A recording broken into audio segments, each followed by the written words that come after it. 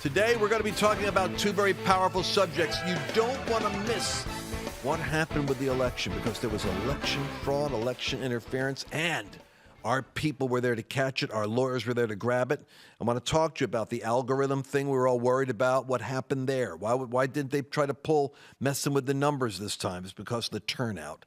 Anyway, how do I stay awake and alive during all this process? Well, I have 23 organic certified veggies I take every day, like a pound of veggies. And then every day in the afternoon, I have 18 regenerative organic certified fruits. A pound of fruits, a pound of veggies, all in these little capsules. It's amazing what Ancient Nutrition's done for me. I'm able to have my daily quota of healthy food coming out of the garden of our dear doctors at Ancient Nutrition. I want you to get a hold of this for, what is it? It's only like $39.95. Well, anyway, what you want to do is buy 3 bottles. You get 20% off if you use the promo code at ancientnutrition.com/Lance. ancientnutrition.com/Lance, and just use the code Lance Superfood. LANCE Superfood. Lance Superfood is one word, and you can get 20% off. And I'm telling you, it makes a massive difference. Can they put something in Facebook and Instagram, Chelsea, if I want to give them a word to put in there? Superfood. If you're on Facebook or Instagram, just put superfood, because it's a lot to remember. ancientnutrition.com/Lance, and then your Lance's Superfood code. Lance Superfood code. It's so much simpler if you just put superfood in here on Facebook and Instagram. The rest of you have to do it old school. Let's get into today's show, and I'm going to take my capsules before we go. Welcome to the Lance Wallnau Show. I have not been back since the late night election, but boy, what a difference a day can make. It's actually feeling pretty good in America. Mercedes, wouldn't you agree? I think it's great. I'm happy to be at the big desk. It's still up here from election night coverage. And you've got like an Elvis vibe going on. Like, hey. Well, it's the pop collar. Because you know what? They have this studio. I complained. I made the mistake of complaining. It's hot in here. And so what do? They go to the other extreme, to Arctic freezing. So now I'm bringing in mufflers and scarves and yes, I look like Elvis because I'm cold. Hey. Anyway, this person is not cold, however. We're going to bring you hot off the presses, the Moms for Liberty. Tina Descovich is the co-founder of Moms for Liberty. They have, in this election, done an enormous work. I know, because we've worked with them. Weren't they on our platform in the Courage Tour? I think they had a couple booths out at the Courage Tour. We've been working a lot with them, with AFPI, and just co-laboring for this amazing election win we just had. This amazing get out the vote effort, the flipping of school boards, election results all over. I'm going to bring you in, Tina. Come on in and join us. Hello. Hello, happy to be here from sunny Florida, where it's 86 today. Oh, Woo! Don't rub it in. You know what I really am jealous about, and I have to admit it's jealousy. How quickly your state gets results, how big it is, but how efficient you are. What did you guys do to get the election results out so fast when we're still waiting for Arizona? I think it's called the public shaming of the Bush-Gore election. How many photos of hanging chads did we have to see that year from Florida before the Florida public said not anymore? We don't want to be the laughingstock of the United States. And we got our act cleaned up. Well, evidently we're not laughing enough in Arizona, so we're going to have to really put some pressure on. I know Charlie's out there, but listen, I'm so excited over 45 school boards across the country. You know, one of the big issues that they're finding in the crosstabs this year that nobody was talking about is the moms. The family issue. Donald Trump ran these ads during the football games that had to do with the transing of the schools and the guys and girls, female sports. And nobody could understand, why is Donald Trump doing this? Because he was going after the male vote, getting the dads involved, and basically saying this is not just a female issue. So tell me about what happened with the school boards so far. So Moms for Liberty launched 4 years ago, and one of the things that we focus on is replacing school board members that are, the folks on school board that are not standing with parents and are trying to inject ideologies into the classrooms that we don't want our children taught. We want to get rid of them. And, we try working with them at first, all of our chapters do, but when they don't want to work with parents, we work to vote them out. And so far in 4 years, I think we have just passed 400 school board seats nationwide where they have Moms for Liberty members sitting on them. But this election, this week, our tally just hit 45 school board members. We have some, unfortunately, that are still outstanding. We don't know the results too in Maricopa County, and a few in California that are still hand counting ballots. There they are again, Maricopa County and California. Hand counting, yes. Hand counting. All right, but now for the purposes of our audience here, which is vast and influential, I would like you to explain to us what are the steps that we take in order to engage flipping a school board when it is pushing trans, porn, drag queen, everything. Right now, the momentum's with us. So what are the practical steps people take? First thing you got to do is find a quality candidate. It's really hard to get people to run for school board, even traditionally, because there just isn't a lot of glory in it. There's no pay in some places. The last few years, a lot more people do want to run for school board, so you've got that going for you. But they also are afraid to run for school board. If you recall, the past administration, or the current administration and the recent past administration, had put out threat tags on parents speaking up at school board meetings, and things have been pretty hostile. Let's slow down on this for a second. I want the outrage to settle in on the MAGA crowd. They did what? They literally put out a fatwa on moms from the Department of Justice and the FBI, warning them about what was Merrick Garland doing there with the moms and parents that got a little pushback and they kind of backed up on it? You're right to slow me down. We're so used to it here at Moms for Liberty. We've been fighting it for 4 years that I just talk right through it and talk over it like everybody knows, and it's just a fact of life. And a friend of mine that is not a Donald Trump fan or supporter did not vote for Kamala, but left it blank at the election. And yesterday we were talking, and she just, I don't understand how you can vote for Donald Trump. And I said, the current government was actually weaponized against me to the point that I am constantly wondering if my phone is being monitored. If I have any recorded videos between my friends and family, they all know that I self-monitor, that I make sure what I say could be released in the news without any problems. I said, imagine living that way. Imagine that in the United States of America, that just a mom who lives in Florida with her kids and her family thinks this way now. And it's because of this current administration. Merrick Garland, the DOJ, if people don't remember, a couple years ago, actually created a hotline and a threat tag to turn in parents that were frustrated and angry showing up at school board meetings.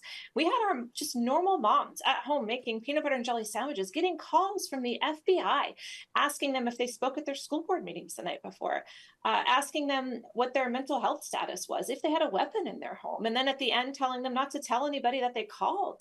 It's just unbelievable times. And so, of course, I voted for Donald Trump. Of course, I supported a new administration coming in. We would not have survived any. Did you tell this to your friend, other than the fact that you were monitored and threatened? I mean, did you give him any details so that they could understand? Not that you had to, but I'm wondering how a rational person wouldn't go, oh, because listen, my wife's family are and this will be broadcast, so I got to be careful what I say. My brother-in-law was a PR agent for the Democrat Party. He has a PR firm. And they hired him. And so his job was to promote Hillary. That's when I realized, oh my gosh, this is going to have family implications at Thanksgiving when I show up. And so you've got New York, Philadelphia, New Jersey, college-educated professors in her family that are getting news from the CNN, New York Times, Washington Post, and they think they're getting a balanced diet of affairs. Then they're worried about me. What happened to Lance? Lance has really gotten into something bad. Because they're hearing these sources talking about me. They've known me for 40 years, and they're worried that I've gotten off and gotten weird. So how do we win the PR battle for Moms for Liberty? What can we do now that we got the wind to our sails? Tell me, Tina. Well, we have to organize. That's what we've been doing the last couple of years. You're much more powerful in numbers. Your lone voice and your lone vote and your lone voice is wonderful, and it's your civic duty, and you need to do those things. But the power is in the numbers when people get together. And so, of course, I'm going to say you should join your local Moms for Liberty chapter or start one. We are in 48 states now. We have 300 chapters. A chapter covers a county. And you get together with like-minded people and you make a plan in your local community. You find a candidate, like I said, that's willing to run for school board equality candidate that is articulate and intelligent. You get behind them. All right, Tina, we're going to do it right now. We're going to do a push. I am a mom for liberty. Now, how do they join you? What do we do? Oh my gosh, you are the best host ever. I appreciate this. I'm trying to get my little talking points in for Moms for Liberty, and you're actually giving me the ability to speak about it. So I really do appreciate you. They go to momsforliberty.org, and one of the top choices across the bar at the top is join or start a chapter. And there's a map right there. You can click on it. You can click right down to your county, and it'll tell you if it's gold, that means there's a light on in your community, and there's a chapter. I love it. I love it. What we're going to do is we're going to put a link into our ubiquitous presence in Instagram and Facebook. I want to be able to, what can we put in the link? We can put a word in there. Can we put moms? Sure. Ladies and gentlemen, put moms in the chat thread right now. You put moms. Yeah, I want to get a direct section. link to them. Okay. Yeah. Can we do it? Well, yeah, just in the future, if anybody writes moms in the future in the comments, Oh, no. How about Moms for Liberty? Right? Moms for Liberty. One word. Okay. One word. Moms for Liberty. Ladies or men, do this for your wives. Put Moms for Liberty. It'll put a link directly to momsforliberty.org. I want you to sign up and comment on Instagram and Facebook only. I can't do this on YouTube. It's useless on YouTube. I can't do anything. So don't think you're helping me or you if you do it on YouTube. But on Facebook and Instagram, I can direct you to momsforliberty.org because we want, how many chapters do you have now? We actually have 315 chapters in 48 states. So if you're in Utah or Vermont, we really, really, really want you because we have 0 chapters in those 2 states. And I want to close out 2024 in all 50 states. We're going to help you, Tina. We're going to help you. Come on, Vermont. Somebody knows someone in Vermont. They need to be watching the Lance Wallnau show right now and doing this. We need your help. Moms for Liberty. Put it there, and we're gonna link you up. We want a chapter in Vermont and Utah. That's Mormon country. Can't we get some good, healthy Mormons out there to be standing against pornography? Come on, people. Well, I want to say too, Tina, maybe talk a little bit, because I don't want like the women listening at home to maybe be a little intimidated of like, oh, I don't know if I'm going to run for school board, because the groups actually do so much more other than just recruiting candidate, which is also vital and important. It's a sense of community of women who share the same worldview as you. You know, I talk a little bit about what else these groups are doing, just because I just want to make sure we paint a full picture. Yeah. We're not recruiting you to run. We're recruiting you to stand behind the courageous one who does run. 100%. Actually, the running for school board and supporting a school board candidate is the final straw. We have 6 ways that we fight that we outline on our website if you want to go look at that. But mostly we form, like you said, as community members, and we meet in monthly chapter meetings and do all types of different things. Each chapter has its own personality and takes on its own issues, believe it or not. We ask them to pull down the local school board agendas, and they go through them and they make a plan to fight whatever's concerning them. It could be, a local tax increase for the school district. It could be a hiring problem that they're having there. It could be that gender ideology is being taught in their schools. It could be absolutely anything. I'm a former school board member myself, and I will tell you there is something of concern on every single school board agenda. This organization is going to last a very long time because as long as there's public school boards, there's going to be a need for a Moms for Liberty chapter to be taking a peek at what's going on over there.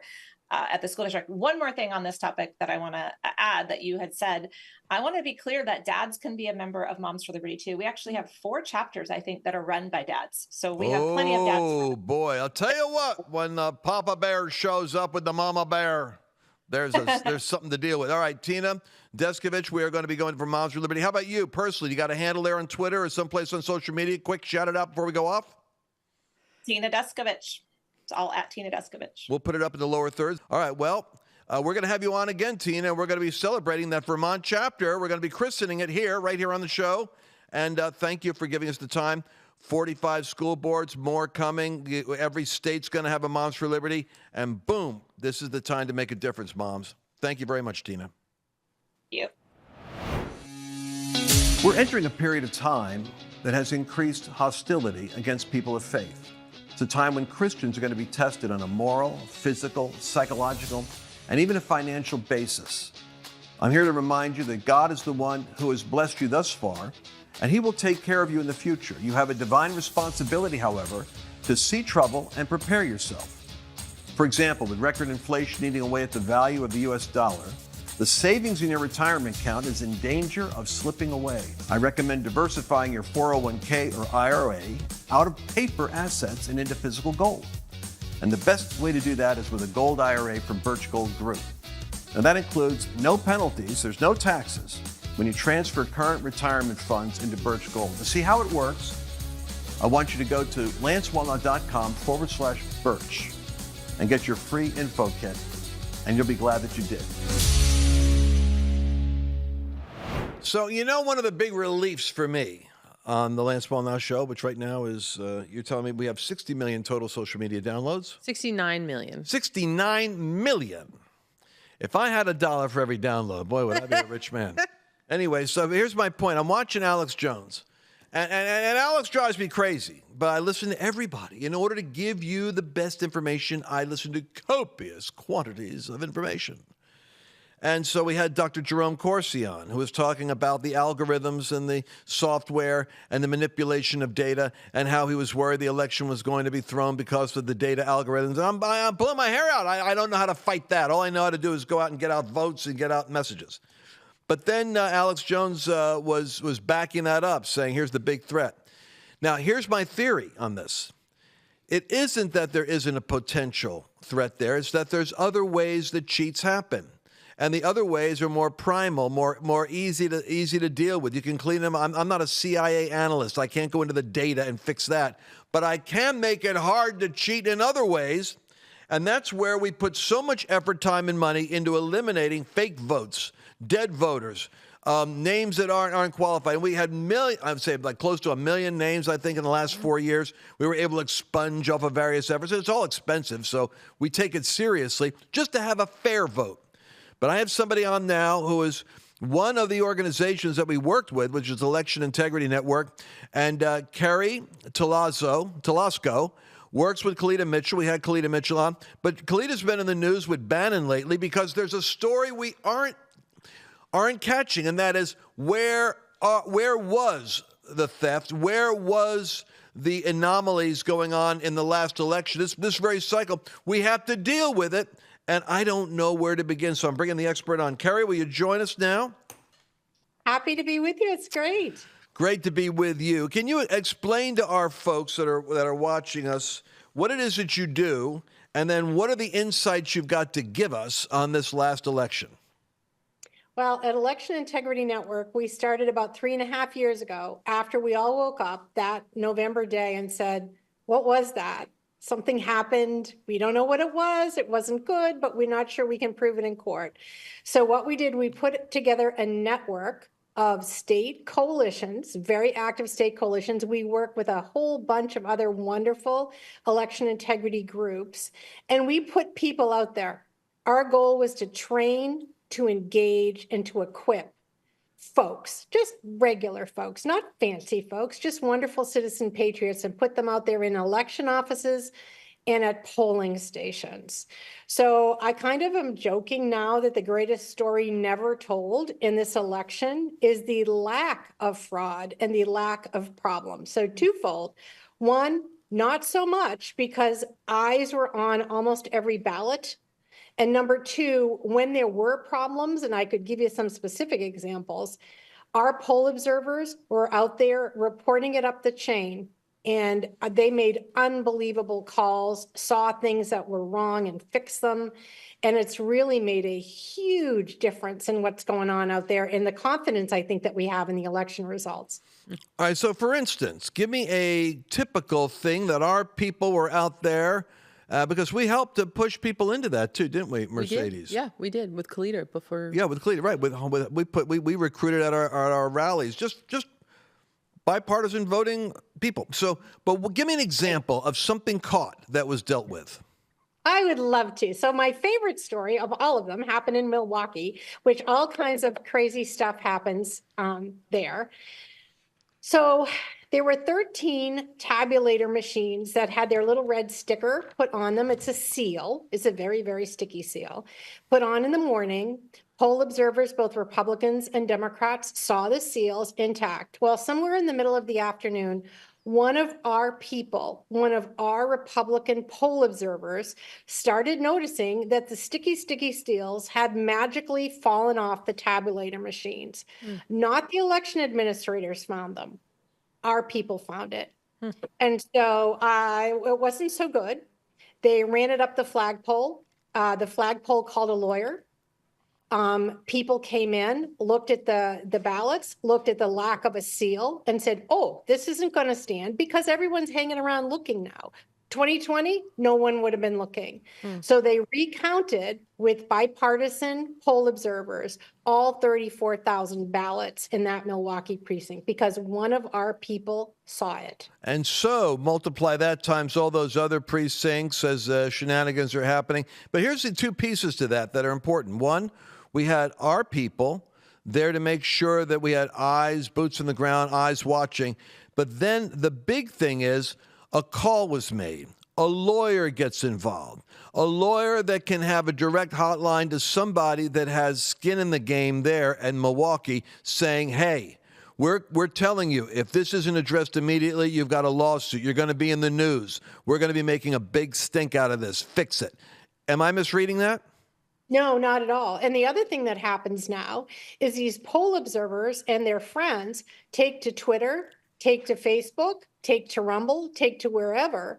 So not only are they observing these things and reporting them, but they're making them public, which means that the election officials, whether they're making an honest mistake, a mischievous mistake, or a little bit malfeasance is going on there, they are now being publicly outed. They can't help but fix it at this point. And again, these are just citizen patriots. These are not, people who took a class in election integrity in college. They're part of our network. And just the whole thing is just absolutely amazing to me. And again, I really do think it's made a difference. Did it make a vote count difference that would have flipped a national election? Who knows, right? Well, wait. I'm going to sound like Bannon now, interrupting you. But so when you've got 10,000 votes in Wisconsin or 8,000 votes or 10,000 in another state, like in 2020, it makes a difference because you do that 3 times. You just wiped out that differential that could have flipped the whole state. So it's important. Those little pieces matter. What are some of the big challenges you face when you're combating voter fraud? What are the impediments in the way of making it work? Well, how long do you have? So I would say the big one that reared its ugly head this year that kind of took us by surprise early last spring was the non-citizen voting problem. We have a potential based on math and experience and past data of upwards of 1.5 million non-citizens, and that's kind of a low number, who could have voted in this election. We know they were being registered. James O'Keefe did some video in Philadelphia. We saw them being registered. We know that the left-wing groups are out there registering them. The federal law, which we need to change next week or perhaps on January 21st, does not currently ask for documentary proof of citizenship to vote. It must going forward. So we know that was a really big problem. The other problem is states that don't have voter ID. In Virginia, for example, a ham sandwich could go vote as long as it had an electrical bill to show that it was paying a bill. It's just ridiculous. So there's a lot of work to be done at the state level. And as a, federalist myself, I hate to say it, but there's a lot of work that has to be done at the federal level as well. Well, let's drill down on that for a second. We got 2 minutes and 50 seconds. I want to solve the world's problems in 2 minutes. When we're talking about 1.5 million non-citizens, I love how we're using the language, the non-citizens. These are illegals. These are illegal. Well, half and half. All right, what's the difference between a non-citizen and an illegal? Okay, so there are 2 pods of non-citizens. There are some people who have immigrated to this country legally, lawfully, filled out the paperwork, glad you're here. Then there are the illegal immigrants. Neither of those cohorts can vote. And if you are here lawfully as a non-citizen, say you came from, I'm just picking a country, Colombia, and you immigrated here, you want to become a citizen someday, if you are coerced by the left or your lack of understanding of our system into voting in a federal election, when you come to the naturalization process, you will immediately be stopped. You are not allowed to become a naturalized citizen if you have broken a federal law, which is voting. So those people are really exploited by the left. It's terrible. And then, of course, we have the illegal immigrants. So there really are two groups of non-citizens, technically. But when you're talking about 1.5 million, that's enough to swing those states that just went for Trump. I mean, you just got to have a concentration. And, of course, Elon Musk did a big deal of pointing out to his audience that they are moving the illegals into swing states in order to get the swing states so populated with their people that are beholden to voting for the Democrats that got you here, that they literally could control the entire country in the future. So that's a federal government policy, isn't it? Yes. Yes. The NVRA, the National Voter Registration Act, says you cannot vote if you are not a citizen. However, it stops short of making sure that you had to document that you are a citizen. Now, the voter ID thing, we're going to have to mobilize our people. We're going to have to mobilize state legislators. That's a local battle in terms of the state requiring voter ID. That's solved at the state level, correct? Or can that be nationally mandated? Well, the problem with it, yes and no. The problem is that you have a federal law that governs the non-citizen voting that doesn't ask for citizenship proof. Yes, states can take action over and above that. One of the things they can do is send a query of their voter rolls to DHS, which has a fancy database that says, here's a list of non-citizens. The Biden administration is not letting them do it. So one of the other things that we need to make sure we do is to allow states to have that unfettered, free access to the taxpayer-funded DHS database that tells them, I mean, is it 100%? No, but it's a huge. I got it. But listen, we got to do what we can before midterm. I'm already thinking like a politician. I'm thinking midterms already. Protect what we've got. We have to maintain momentum. How do they get in touch with you? I got 30 seconds and I got to roll. How can they keep in touch with you? They can find us at our website, which is whoscounting.us or Who's Counting Us. We have a contact us there at whoscounting.us. Be happy to hear from anyone. Okay, Kerri Toloczko, you are going to be hearing from us. And do you have a Twitter handle yourself? Are you publishing anything? Yes, I'm at Kerri, Kerriht, right at the moment. All right. Well, we're going to be keeping in touch with you. Thank you, Kerri.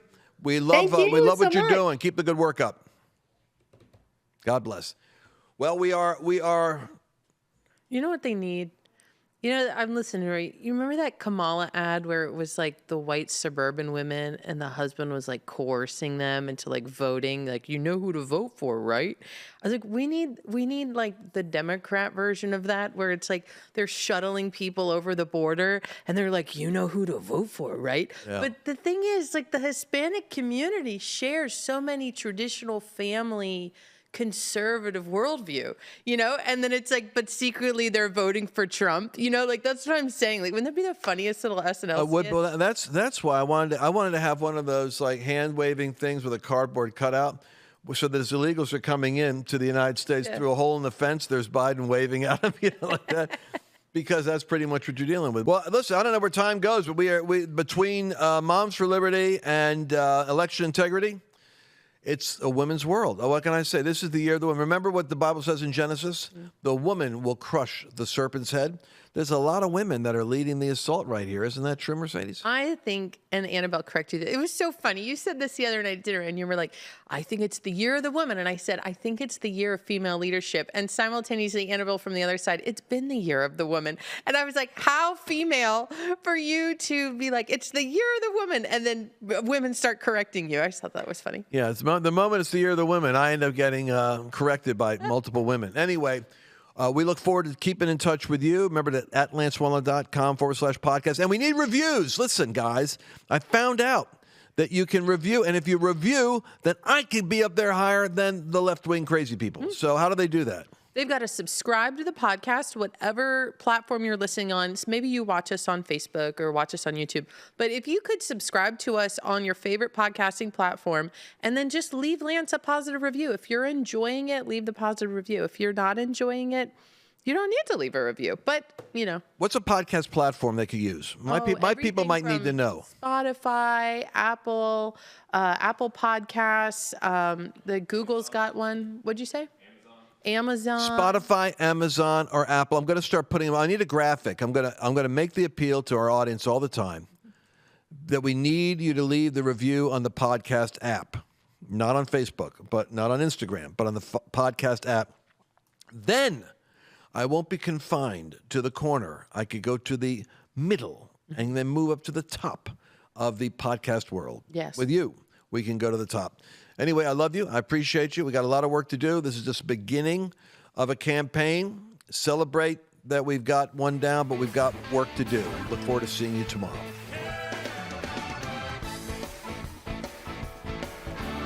Did you enjoy this latest episode? Please remember to share it with your friends, because the more knowledge you have, the better equipped you are to